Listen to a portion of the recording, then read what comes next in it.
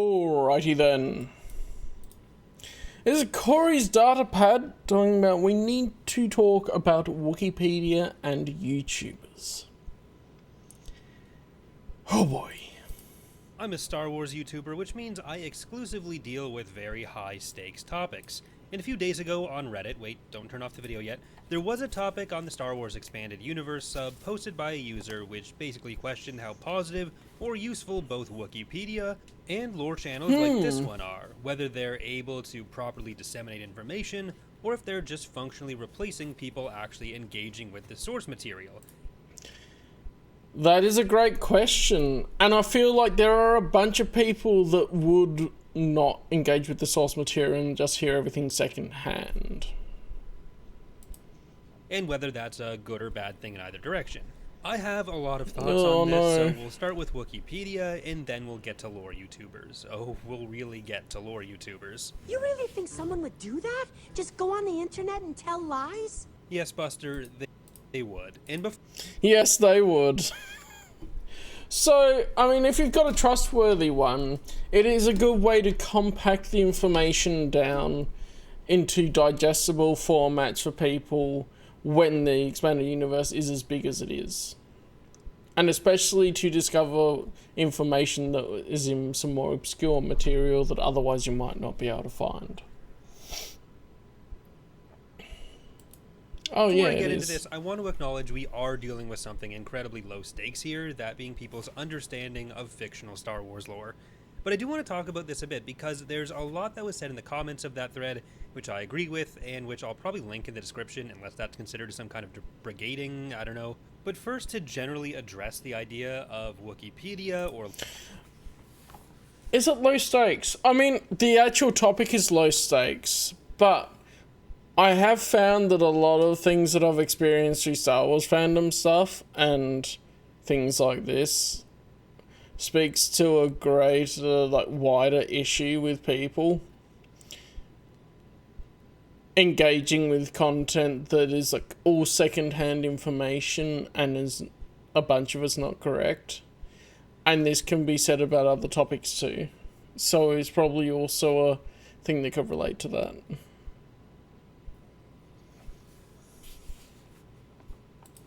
Lore videos replacing people actually engaging with Star Wars media, I think there's two main elements here. One is that there's just so much Star Wars media out there. Just within the Legends Expanded Universe, there's over 100 books, hundreds of comics, young reader series, even the old cartoons, dozens of games, and so on. It's essentially impossible to engage with everything yourself. Not only is it a huge time or even financial commitment because you're naturally acquiring everything totally legally, there's some stuff that just does not exist anymore. You cannot find it. But now, that's if you're going totally legally. And Jedi Academy. It is possible in a lifetime to look at everything if you know where to find the information. Some stuff is impossible to find unless you know someone. It is a great game.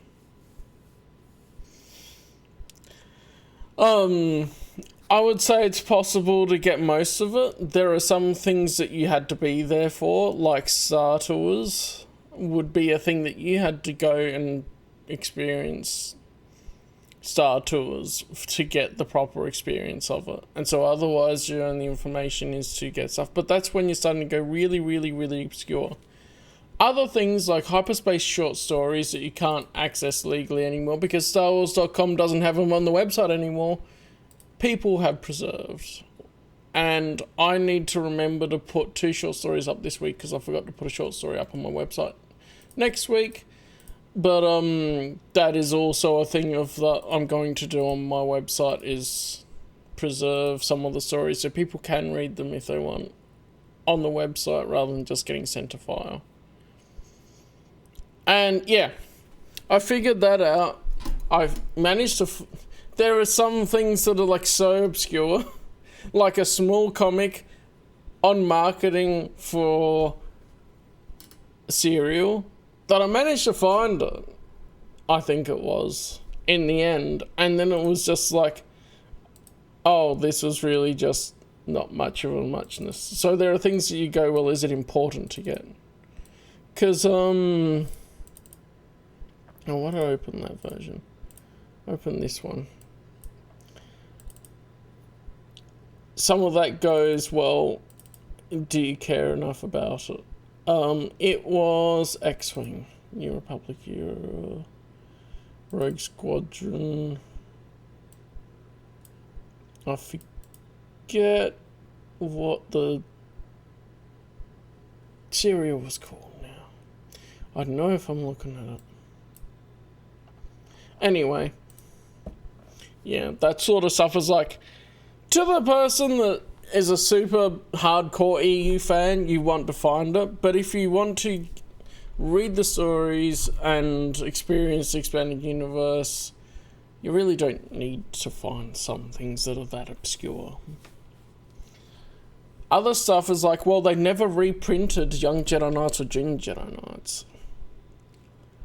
They've never reprinted Episode 1 adventures that are not the game books, but the young audience novels, young adult novels and that. So there are things where you go, I really wish they would. But also sometimes it's like, well, the reprints of some of the comics are expensive too and stuff. But yeah, anyway. To me, as a kid, one of the it's things an that expensive really drew me hobby into Star Wars too. was the idea that there was this expansive history to learn about. If you're and going maybe legal. someday try to experience myself. Not like going to the Star Wars galaxy, like just reading the actual books for myself. So reading about a character and then knowing that there were some other stories with that character out there was kind of an exciting prospect. Even if sometimes it just wasn't true. Like, I got into reading the New Jedi Order before I read a lot of other stuff. So reading Star by Star, I thought a lot of these characters who were dying off had some extensive backstory in other media. In reality, a lot of those characters were just red shirts introduced in those books to die, but I didn't know any better, and it just seemed like a cool idea. Interesting. Yeah. So one of the great things something like Wookieepedia or even YouTube lore videos can do is help fill in those gaps for people who may want to read, say, the Thrawn trilogy, and may want to know about what's going on with those characters outside of that particular series, but who may not actually care or have the time to read the rest of the media, which is completely fair. And having access to something like Wookieepedia can give you an idea of what you might want to move on to next. If you did read the New Jedi Order series and that made... Applejacks, that was it.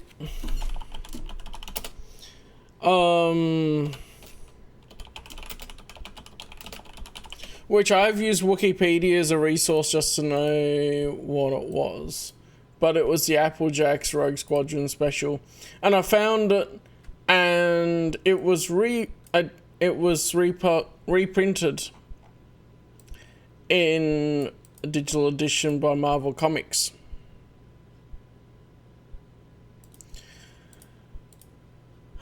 And so the collections, it's in the Legends Epic collection and that's where I read it, because you can find it in the reprints. But it was tricky to find it separately, because it's nice to have the file separately if I can, but that's fine. But it is in collections which you can get and read, so that's neat. No, it was the Applejacks special, which is by Kellogg's, which is not a cereal we've had here. Oh, what one's the Bellator again? While I'm on a side tangent, that's Bellator MMA apparently. The Bellator class Dreadnought.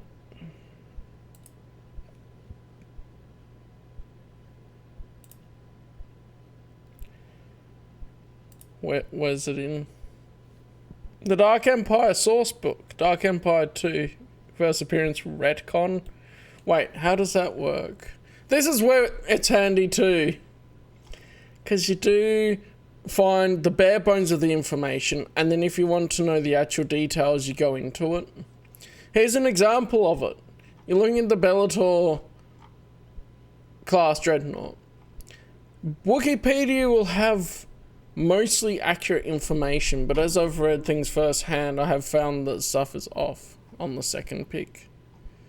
This one.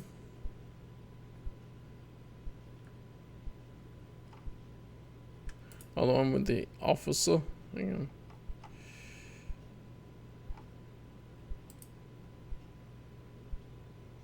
This is from the Essential Guide to Warfare.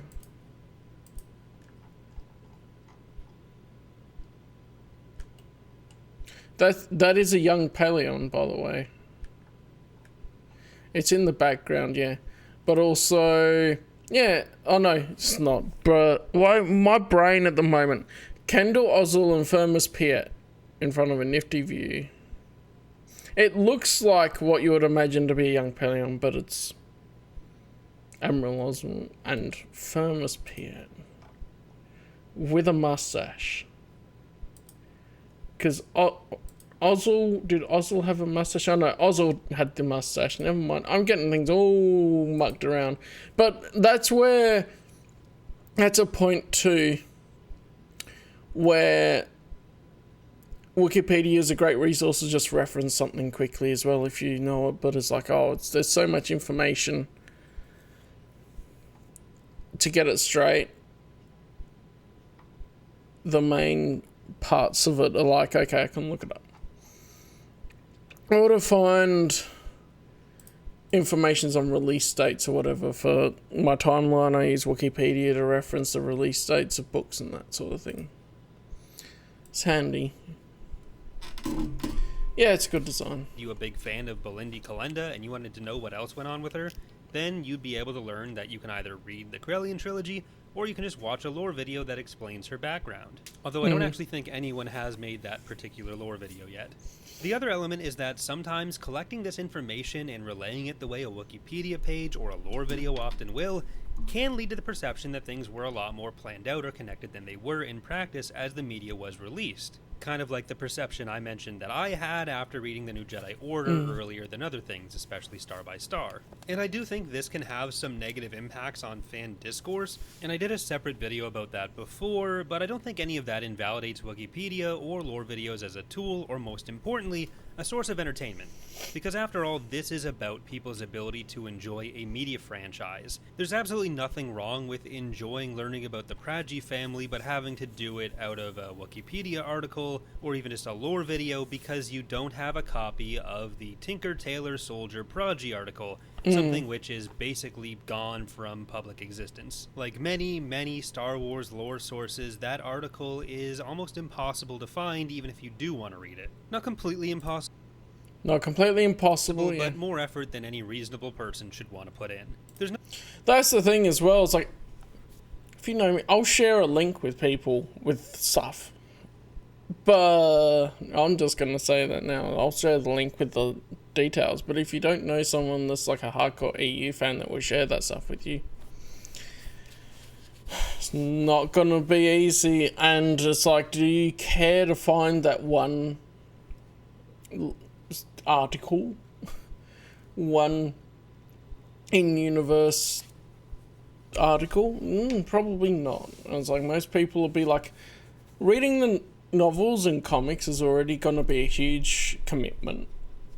Nothing wrong with picking and choosing which things you want to directly experience while still wanting some outside context on what's going on. So I think I would generally say for Wookieepedia the same thing that people would probably hear about Wikipedia in high school or college. It can be really good for getting a cursory understanding of a topic, but it's not in and of itself a source. I've read... Yeah, that's how I think of it too, because there's so much information on Wikipedia, like especially with trying to fit the stuff together with TCW and stuff like that, that is like, okay, well, Wikipedia's taken its own interpretation and explanation of it and put it in their pages. Are personally engaged with a lot more Star Wars books or whatever else than is usually recommended by most practicing psychiatrists, who instead recommend that you click the like button and subscribe for more. But I'll still spend an also unhealthy amount of time on Wookieepedia, especially while I'm reading something, so that I can check if I've seen a character before or a planet or whatever else. One of the most helpful parts of the website is that even if it gets some details wrong, the list of appearances on each page is usually pretty, if not entirely comprehensive, so it can be good for telling you where to start if you want to read about something. Yeah, it's pretty good. The only thing I would have liked is like, okay, some things, especially specific information from source books that are cited, is nice. Like, it misses a page number, but that's something that's like, well, are they going to be that anal about it? There's no reason to go through every single other book or comic yourself in the moment if you're just trying to remember whether Epitejei's brand showed up outside of Dark Empire. Because he did, and it's not in stuff that's normally accessible anymore. Where I think my experience probably differs from most people's here is that I am then usually trying to communicate that information to other people. So if I'm using Wookieepedia, I'm only using it to get a basic overview, and then I go back and double check the There are sources. actual Tolkien scholars. There has to be Star Wars scholars, right? Because there's so much stuff there. Then again, fans can't agree enough to be scholarly about Star Wars because of the discourse with even between EU fans. I'm gonna have a look at it anyway.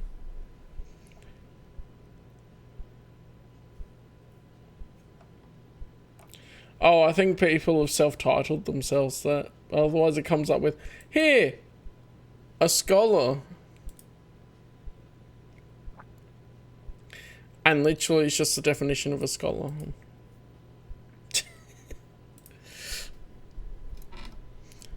Who knows? The tricky part... Yeah, they're film scholars. The tricky part with the book... expanded universe, because it's not just literature and novels and comics, but it's also forms of mediums like the video games, and that is how they would reconcile and have their own thesis on reconciling what happened with the new canon. And then also big topic would be TCW and the EU and stuff. Citizen Kane the game, let's go! Referencing. Frankly, I don't think most people actually care that much if the Wookieepedia article they're reading is entirely accurate. But if I'm making a lore video, I'm going to do my best to make sure that I am getting the information from the original sources as much as possible. Otherwise... Wait, hang on.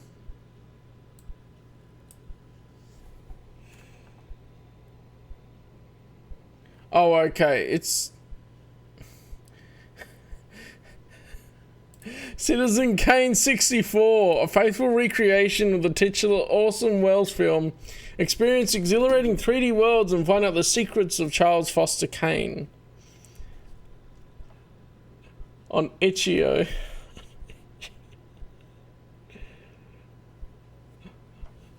This is a real indie game. Put the link in games. Yeah, boy. We're gonna do that. On Discord for people watching later or not aware. Citizen Kane Part 1. Oh, that's great.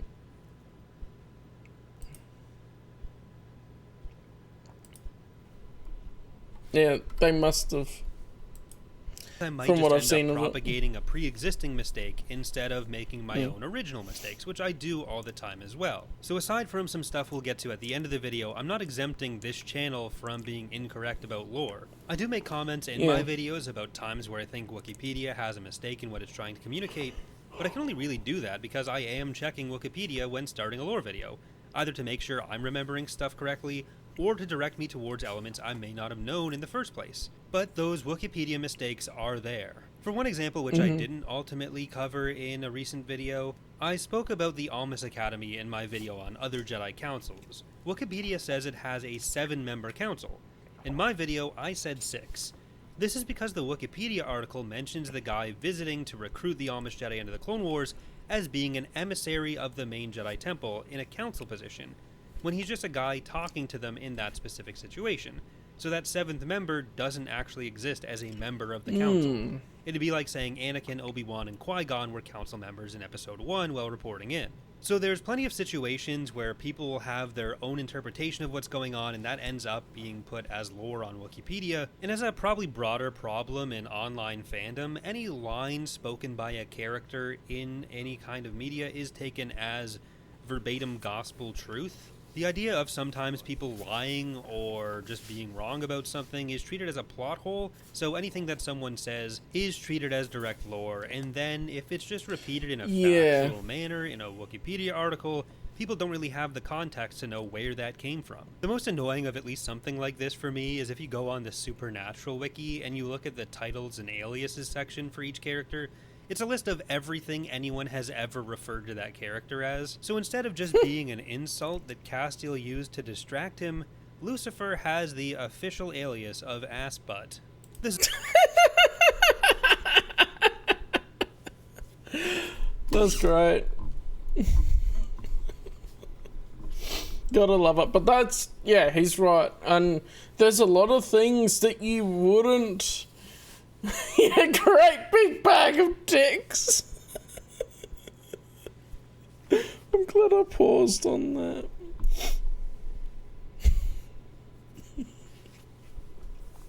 But it is a great point. Like, what he says is like, oh, you'd read it on Wikipedia, and without reading or experiencing the story yourself, you wouldn't know what is technically incorrect, and an assumption made by whoever wrote the Wikipedia article compared to what actually happened. It's not very as objective as maybe it should be.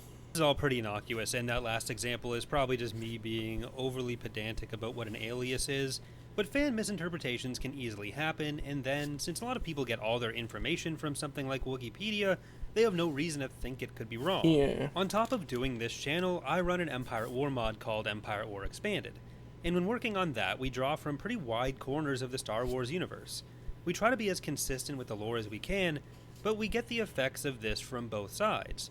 On the one hand, we'll often get asked to include things or change things to be in line with certain fan perceptions, influenced by incorrect information on Wookieepedia, or by incorrect information or outright fanon on lore channels, all of which sometimes gets presented or promoted as being quote-unquote real lore. On the other hand, because we are making a game where we can only present things one way, with no stated caveats, we will make assumptions, combinations, changes, or additions to the lore which we think are necessary for gameplay or for design, like fleshing out rosters for a faction with very few known... No, mods wouldn't be able to make money. That wouldn't be legal. He might get money from YouTube or whatever to do it. I don't know how much you would get from it. Maybe some people donate, because you could probably crowdfund a mod, that type of thing. ships, as we've done with the Hapens or Empire of the Hand, or even the Hutts, where we've made designs for ships that have Yeah, names have but no donations. design, and vice versa, where we've made names for designs that don't have one. Some element of this has to extend into every That is part a lot the of mod that we donations, design, yeah. how characters relate to each other, how Pro- they're presented. I would imagine stats on Patreon and ships. stuff like that There's some too. level of interpretation there that's impossible to get around. But then for people who only learn about these kinds of things and lore from the mod, they may take what we're doing as being the one true lore and spread that elsewhere. People have in the past, for example, tried to submit fan-created ships by us to Wookieepedia to create pages there. There were even instances in the past where people assumed that because we were making this as a Star Wars fan modification, we must have had permission to create those ships, and therefore they're official. And this is just very much not the case. But if any warning has to be made about What a misconception of a lot of people, hey? taking what you see on Wookieepedia with a grain of salt before taking it Even the time it'd take to do the mod, just like, yeah, you could be doing things that make you money on other things. Obviously, into a he's very passionate serious about Discord it too. argument, that has to go double for YouTubers, and again, this does include me. I've certainly made mistakes or omissions from videos, they happen all the time. I'll try to correct when I can, but one problem with lore YouTube is that you can't really make corrections once you've uploaded a video. Once it's up, and if you make an edit to correct it, you'll have to entirely re-upload, which can basically kill the video. So corrections mostly have to live in comments people almost certainly won't read. You're also dealing with one person's ability to find relevant information, often on a tighter production timeline because they have to finish X number of videos per week, so it's often impossible to look through every source that may come up. This isn't really a criticism in those situations. One of the fun things for me can be having people point out sources that I may not have known of or explored before. There are some video topics that I've covered multiple times where I'll go and unlist the old video, recreate it with hopefully better production value, and taking into account some information I might have missed the first time. And even then, there's editorial choices which come with making a 10-minute video, where there might be enough content for a 30-minute video if you were just going to list off every possible fact about something. That doesn't make the information incorrect, it's just not exhaustive. But this is, again, something which still has very low stakes. I have another channel, one about real-world history, which I would really like to focus on more someday, But one of the things which kind of holds me back there is that I'd feel a much greater responsibility for accuracy than here because of what the implications could be getting something wrong with the real world. But even with those lower stakes and with the intent ultimately being making an entertaining video, I do think lore YouTubers should at least try for some level of baseline accuracy. And to be frank, I don't think that opinion is shared by all lore YouTubers. Or all YouTubers in general, but specifically. It isn't all shared by people. And yeah, I get what he means too. You're still human, you're gonna make mistakes. And even there's some stuff in the lore that you go, well, they've never explained it. It just is type thing. And so you come up with a reasonable explanation to you, but that may not be what someone else thinks. And it, as he's saying, like, they have to make up stuff for the mod because it has to be visually depicted. Focusing on lore YouTubers. I'm not going to name any names, but there are some lore YouTubers, including some who get fairly big, whose entire video library comes from essentially just paraphrasing Wookieepedia articles and never really making an attempt to read about the topics themselves. So any of Wookieepedia's mistakes get continued on, along with any mistakes of their own understanding of the topic, and the misinformation which comes almost exclusively from that article. I have several friends who have been super annoyed because they've contributed on Wookieepedia and then heard essentially their own words from an article repeated directly back to them in lore videos, almost verbatim, because the person making the lore video is essentially just a text-to-speech copy of that Wookieepedia page. This problem has gotten even worse recently. There's always been an incentive on YouTube to get out higher volumes of content, so copying Wookieepedia rather than researching and writing a script yourself was always going to be a faster way to grow a channel. But now there are channels which will just get ChatGPT to specifically write a summary of Wookieepedia articles, and then that's their new script, on top of stuff like using AI to generate images of subjects for thumbnails and back. And ChatGPT has been proven to be incorrect even more than Wookieepedia, probably, because I think it also includes results from Reddit. And also no luck on, I mean, that's annoying, but you can ignore it. Background images. I ignore it. So you have all the mistakes of Wookieepedia, plus all the mistakes that ChatGPT makes while summarizing it, making them essentially useless for communicating any information, because it's incredibly wrong, and often the person making that video doesn't know it's incredibly wrong because they made their script by getting ChatGPT to summarize Wookieepedia. They didn't read the original source material, because if they did, they may as well have written their own script, and in some cases it seems like they're not even reading the Wookieepedia page anymore to see if the script they're getting is consistent with that, because the important thing is getting more videos out. You can tell when a video has been made this way because if you get an AI summary of the subject's page, it'll sound very familiar and include many of the same factual errors. Mistakes that, again, aren't on the original Wookieepedia page. So again, there's nothing wrong with enjoying lore videos, just keep in mind the goal with them is to make money, not to fulfill the goal of accurately disseminating Star Wars lore to the masses or something. So basically, Wookieepedia can be a very helpful tool for context and extra information, but don't take it as gospel and double that for lore videos, or triple it. They can be fun and sometimes even informative ways to learn about a topic you're interested in a format that's often more engaging than reading a fake encyclopedia article or even the original novel. But always be aware that what you're getting is not necessarily a reflection of reality, and as Abraham Lincoln once said, don't believe everything you see on the internet. That's all for today, though. Thank you for watching. Sorry for the Patreon digression from our usual, totally accurate lore videos. We'll be back to those next time. If there's a topic for one of those that you'd like to suggest, or a topic for something more like this that you'd like to suggest, please leave that in the comments as well. Yeah, I think that's also was, like, when I was thinking about what I'm doing for my channel, I didn't really want to do lore videos as well, because I'd be lost amongst the people that are just making more and more ones that are inaccurate as well. And, like, I did one. Where was it?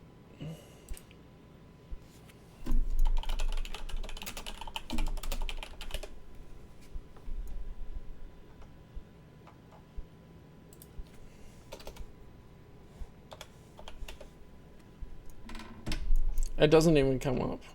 Let me look on here.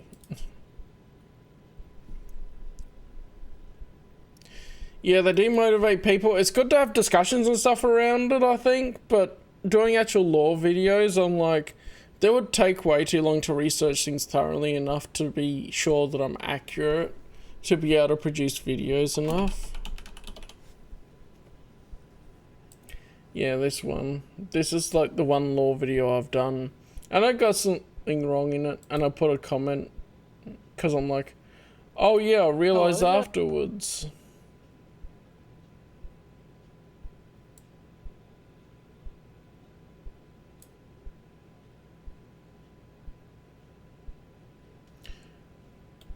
And there's a few things there that I did, and just did that as a... Like, I edited it and everything.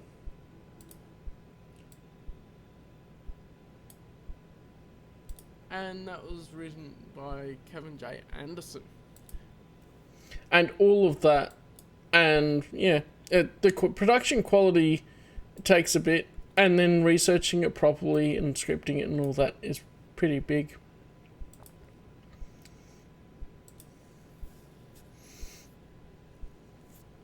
But I think at the time I was also motivated because I was like, someone's been spreading information about lightsabers was wrong.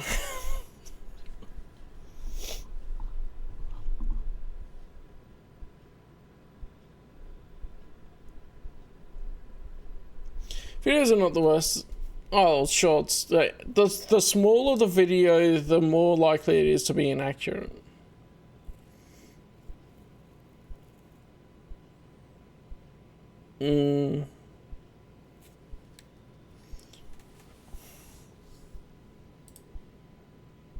I've also been always a big reader, so I end up going, well, I'll read something. It's like I'm going, well, I watched Metropolis, and now I'm interested in the book, so I'm going to read the book sometime. I like the movie Alita Battle Angel, so I'm going to read the manga Battle Angel Alita or Gun. That sort of thing. I've always tended to do that a bit. But that's also, I guess, me growing up with a different way of doing things. I'm not as much technology. Yay. But to the original question, though. Yeah, and then where was it here? Well, I think there's pros and cons to it. I think it depends how the YouTube stuff is done. Some stuff is beneficial if it will motivate people to be interested in the lore. Like, and Wookieepedia, I think, is the same thing. It's like, you get an idea. Like, I think my first introduction to some of the things in the expanded universe were reading through Wookieepedia because I didn't have access to all the books. And so, at least early Wookieepedia was very much where I heard about some of the things going on in the EU when I didn't have the books.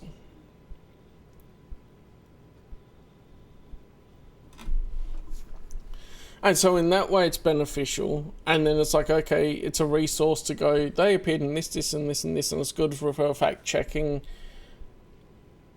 The bare basics, I would call it.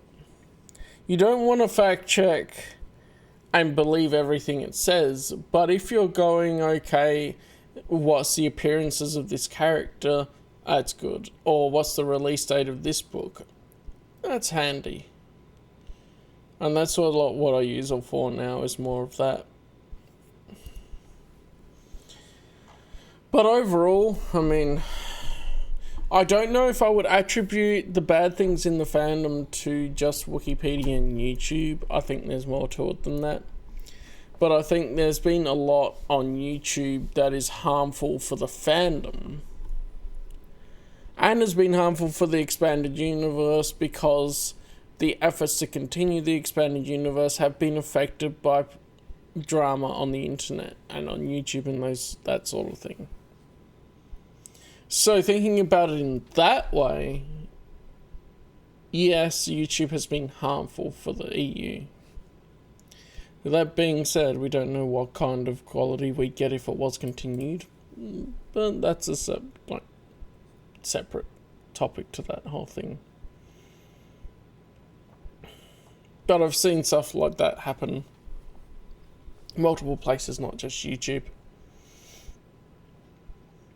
And Wookieepedia is like, yeah, I'll look something up and my brain will forget details. Like, there's so much there that I'll forget details. So if I'm like, what was that again? If I don't remember, then I'll have a look. Oh yeah, it started to go downhill since the new canon came out. Wookieepedia, and they had to do this Legends canon tab thing and all of that. And yes, fandom made it worse. I've got ad blocker on, so I don't see the ads on it when I was pulling it up. But the site in general is, I guess the information's similar. Let's have a look.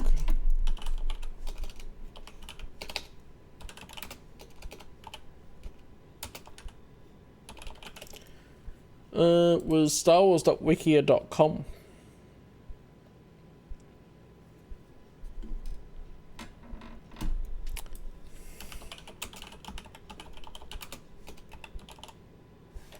I put a space out of habit. Oh yeah, the UI looked bad. It's like 2015. Like, yeah, it looks so much worse when it is.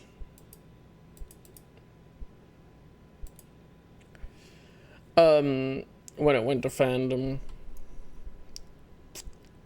Why does it say? Oh yeah, it's redirecting. Hang on. I prefer the older one too, because it was a lot nicer to navigate. And yeah, the ads on it. I mean, I've got ad block for a reason, and it's not just for YouTube and stuff. I downloaded Firefox on my phone for the specific reason that I could install an ad blocker extension on it. Yeah, it just looks so much cleaner.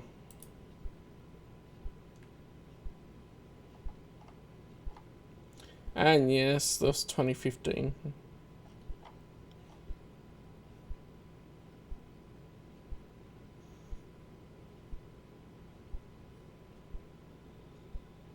Monobook skin? I don't remember. But yeah, fandom made everything look worse. And the ads are done.